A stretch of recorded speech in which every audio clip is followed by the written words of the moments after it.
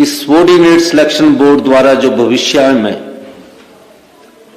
जो भी अभी परीक्षाएं ली जानी थी या ली जानी है, उनको परीक्षाओं को तो आगे पोस्टपोन किया गया, लेकिन चयन कर्मचारी द्वारा जो परीक्षा ली जाएगी उस बोर्ड को हमने सस्पेंड कर दिया गया है और उन सबको एसआईटी के दायरे में लाकर इंक्वायरी शुरू कर दी गई है।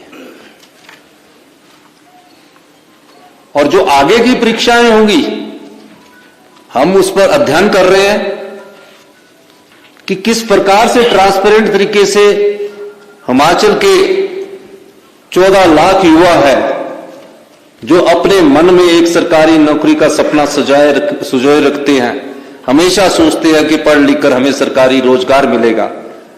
गरीब मां बाप का भी एक सपना होता है कि उसका बेटा सरकारी नौकरी लग जाए, अपने बच्चे को कड़ी मेहनत से वो पढ़ाता है।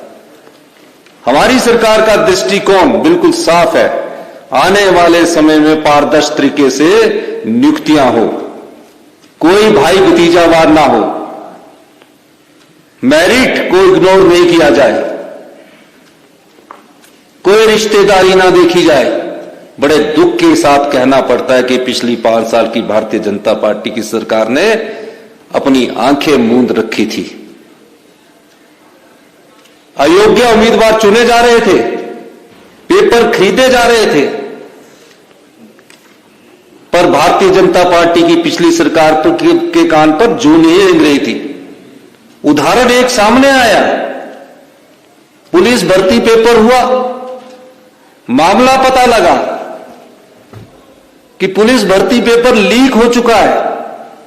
उससे पहले भी एक मामला सामने आया, विधानसभा के पटल पर हमारे सदस्यों ने आवाज उठाई कि पेपर लीक हो चुका है, लेकिन भारतीय जनता पार्टी ने अगर आंखें मूंद ली है उस सरकार ने, तो ये हिमाचल की जनता के साथ भारतीय जनता पार्टी की सरकार ने हिमाचल के लाखों युवाओं के साथ बहुत बड़ा धोखा किया है। इस धोखे का जवाब भारतीय जनता पार्टी को देना पड़ेगा। 14 लाख युवा जो सरकार से आशा लगाए बैठे थे, उस आशा के अनुरूप उन्होंने कार्य नहीं किया है।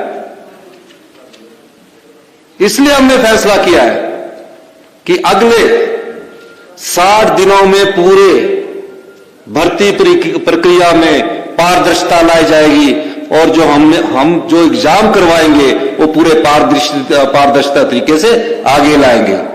और जो भी पेपर लीक करने वाले सम्मिलित होंगे उनके तहत एक्ट में हम प्रोविजन देख रहे हैं कि कोई स्ट्रिक्ट एक्शन कैसे लिया जा सकता है, उस दृष्टिकोण से भी हम कार्य कर रहे हैं। इसलिए मैं आप लोगों से ये कहने आया हूं कि जो सरकार पिछली थी उस सरकार की भी गलतियां हैं। हम सारी जानकारी अभी और एकत्रित कर रही है, कुछ और सनसनीखेज जानकारियां हम आने वाले वक्त में आपके सामने लाएंगे।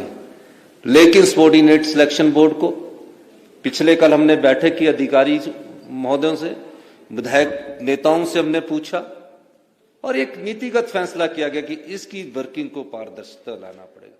होता क्या है, इन संस्थानों में जो व्यक्ति पीएन लग जाता है वो यहीं प्रमोशन लेगा, यहीं से रिटायर होगा, यहीं से प्रमोशन लेगा, यहीं से रिटायर होगा। वो 35 साल तक एक ही संस्थान में लगा रहेगा।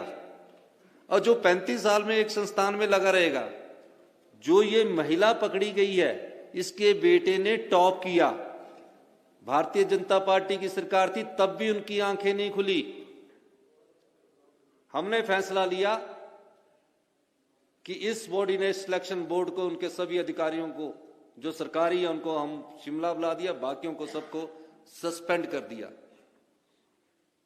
और हम आगे ये फैसला कर रहे हैं कि अगली जो चयन प्रक्रिया है उसमें पारदर्शिता लाई जाएगी और 60 दिन के अंदर जो इंटरव्यू कैंसिल हुए हैं उनको द्वारा से किस एजेंसी के द्वारा शुरू किया जाएगा उसका फैसला आने वाले वक्त में आपको बता दिया जाएगा। जिन भी युवा साथियों ने हिमाचल प्रदेश में रिटन एग्जामिनेशन पास कर चुके हैं, मेहनत करके रिटन एग्जामिनेशन पास कर चुके हैं, हम वो भी देखेंगे कि कहीं वहां भी कोई पेपर लीक की वारदात तो नहीं हुई है।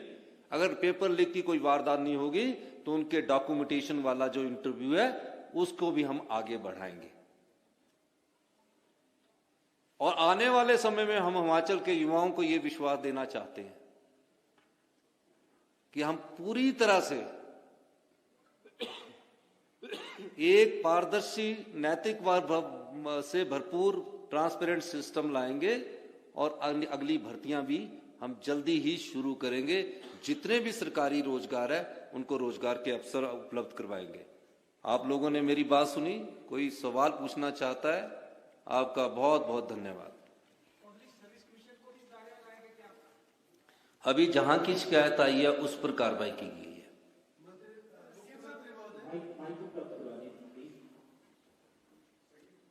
मुख्यमंत्री महोदय, आपका जो ये फैसला है ये काफी सराहनीय बताया जा रहा है, आप लोग इसकी बहुत तारीफ करेंगे।